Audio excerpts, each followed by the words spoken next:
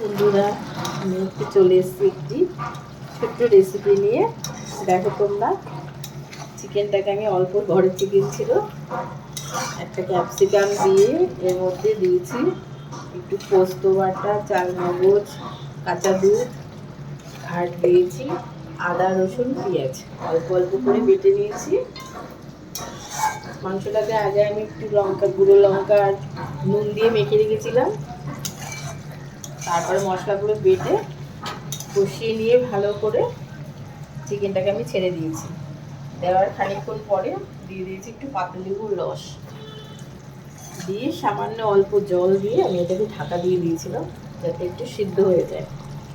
এরপরে ঢাকাটা তুলে দেখলাম, হ্যাঁ, আমার মাংস সিদ্ধ হয়ে গেছে, ঝোলটাও বেশ গ্রেভি গ্রেভি হয়ে গেছে, চিকেনটা আমার পুরো কমপ্লিট। আমি এখন এই গ্যাসটা বন্ধ করে দিচ্ছি।